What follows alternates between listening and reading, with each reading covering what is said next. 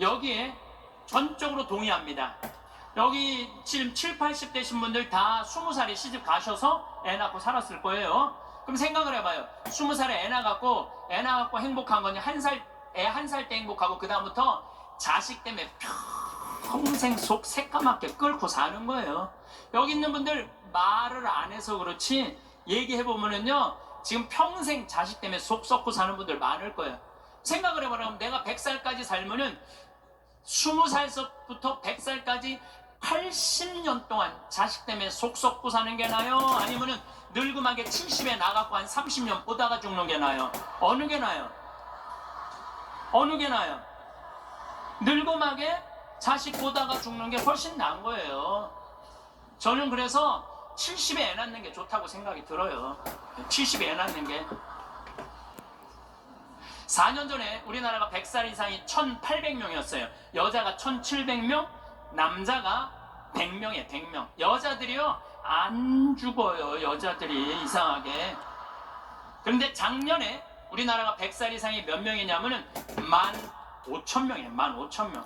이제는 제가 보기엔 총알같이 이제 100살 이상이 50만 명, 100만 명 시대도 온다는 거예요. 100살 이상이. 근데 80살까지는 괜찮아요. 오래는 데도 있고 갈 때도 있고. 근데 80살이 넘으면은 갈 때도 없고 올 때도 없어요. 80살이 넘으면은. 그러니까 80살 넘는 분들 대부분은 어떻게 사느냐 하면은 뒷방에 앉아갖고 하루 종일 앉아있는 거예요. 뒷방에 앉아갖고. 그럼 뒷방에 하루 종일 앉아있는 분들 웃을 것 같아? 안 웃을 것 같아요? 안 웃어요. 웃을 일이 있어요. 혼자 하하하 하고 뭐 방에서 뭐하고 그렇게 웃어요? 안 웃어요. 그러니까 하루 종일 한 번도 안 웃는 건 문제도 아니야. 일주일 내내 한 번도 안 웃어. 일주일 내내 한 번도 안 웃는 건 문제도 아니야. 80살에서부터 90살까지 10년 동안 한 번도 안 웃고 사는 할머니들 많아요. 그런 할머니들은 90살 때 보면 얼굴이 어떤 줄 알아요? 이러고 산다니까. 그러면 80살 넘어서서 웃고 살려면 어떻게 해야 되느냐? 해만 뜨면 집을 나가야 돼요. 해만 뜨면 집을 나가야 돼요. 해만 뜨면 집을 나가서 경복궁을 가든 덕수궁을 가든 창덕궁을 가든 온양온천을 가든 파리를 가든 뉴욕을 가든 이스라엘을 가든 돌아다녀야 돼. 이렇게 돌아다닐 수 있을 때까지 돌아다니는 할머니들은 죽을 때 어떻게 죽는지 알아요? 지쳐서 죽는다니까. 지쳐서. 95살 때쯤에 나는 힘들어서 도저히 못 살겠다, 나는 이제 죽어야 되겠다 라고 지쳐서 죽는다니까. 죽을 땐 지쳐서 죽어야 돼요. 근데 어떤 분이 자기도 미치냐 뭐 자식도 미치게 하는 분이 어떤 분이냐면은 80살에서부터 90살까지 돈 쓰는 거 무서워갖고 한 번도 바깥에 안 나가는 사람들. 이런 사람들은 10년 동안 안 움직이면요 허벅지에 뼈밖에 없어요. 근육이 하나도 없어요. 이분들은 90살에 할 수 있는 일은 딱 한 가지예요. 누워서 똥오줌 싸는 거예요. 90살에 똥오줌을 싸기 시작하면요 삶의 질은 완전히 바닥으로 떨어지는 거예요. 싸는 본인도 힘들고 치는 자식들도 힘든 거예요. 생각을 해봐요. 여러분들 90살이 싸는 똥이랑 1살이 싸는 똥이 같아? 이건 달라요. 1살이 싸는 똥은 향이라도 나지. 향이라도 나요. 90살이 싸는 똥은 서로 못 견디는 거예요. 여러분들이 자식한테 줄 수 있는 최고의 선물은 뭔지 아세요? 내 발로 마지막까지 화장실 가 주는 게 자식한테 줄 수 있는 마지막 선물이에요. 그러려면 어떻게 해야 돼? 나가야 돼. 무조건 돌아다녀야 돼요. 무슨 돈으로? 집 잡혀서 돌아다녀요.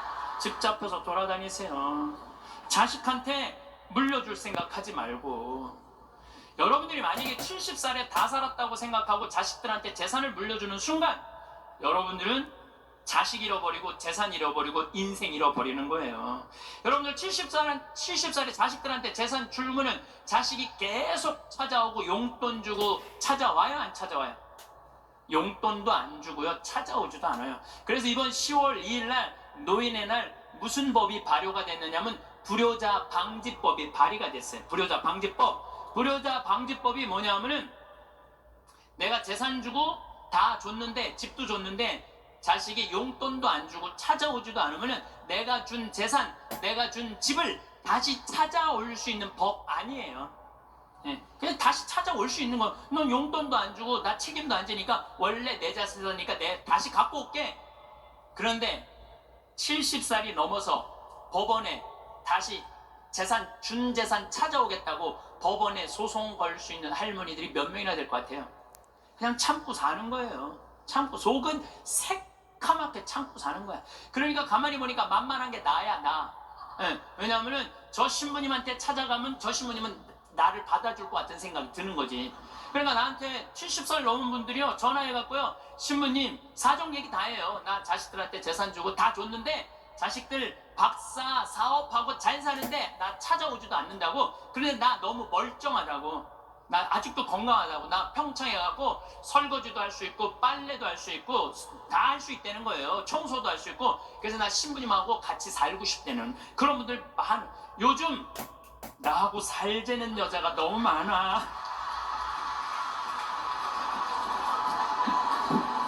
1년에 500명도 더 되는 것 같아. 그래서 제가 그 편지들을요, 지금은 다 모아놔요. 왜 모아놓냐면 그 내용이 기가 막혀요. 내용이, 내가 신부님 자식을 어떻게 키워서 어떻게 성공시키고 어떻게 재산을 물려줬는데 나한테 이럴 수가 있느냐고 그렇게 구구절절 편지 쓰는 분이 많아요. 예, 그런데 그 자식 재산은 찾아올 생각하지 않고 내가 자식보다 낫게 생각이 드는 거지. 나하고 살자고. 내가 직접 받은 전화인데 85살 된 할머니예요.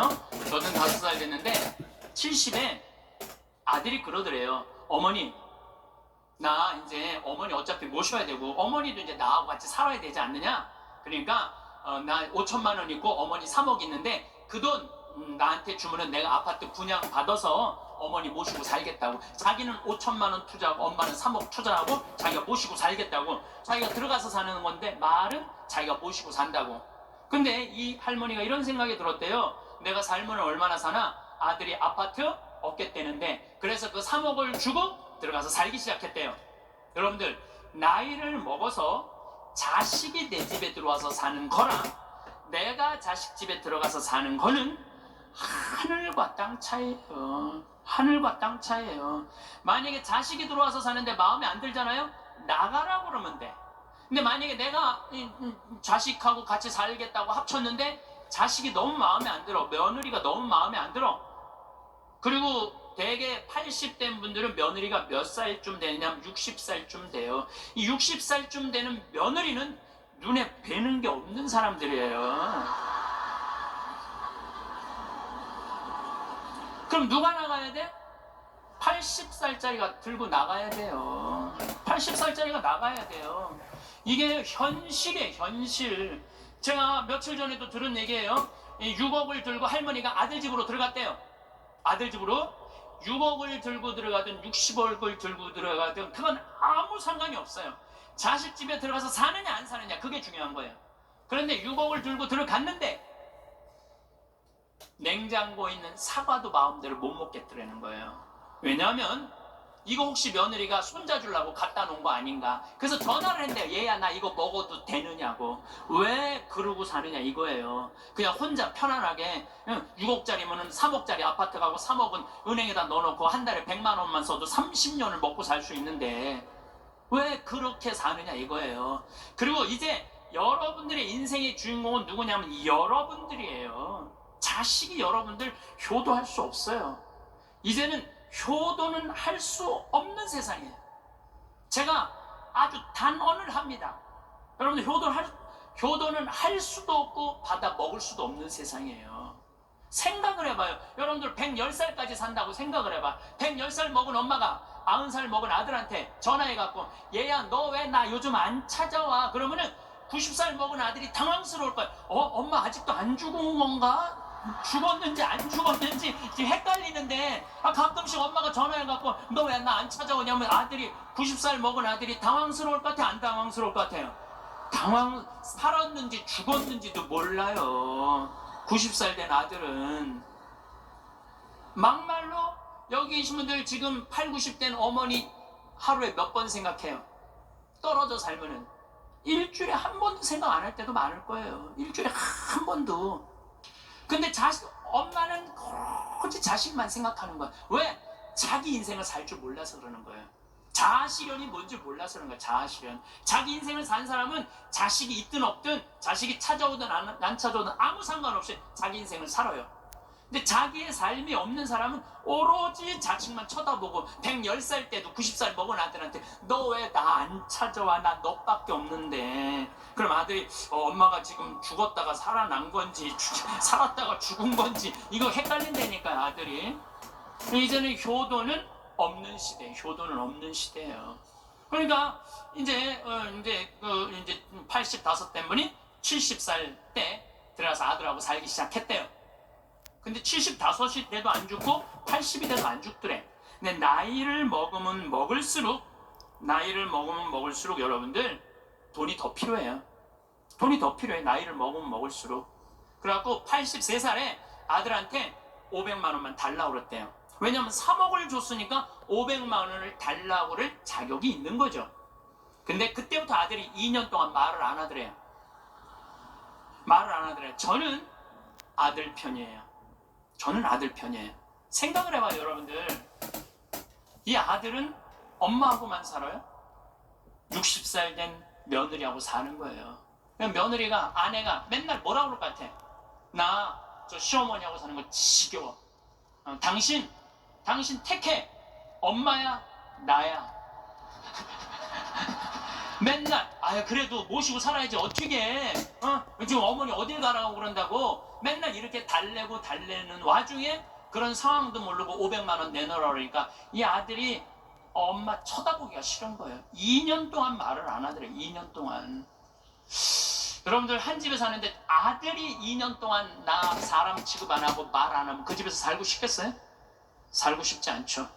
그러니까 나이를 먹으면 또 어떤 문제가 있냐면 안 보이죠? 안 들리죠? 기억력 까무락까무락거리죠? 여기 아프죠? 저기 아프죠?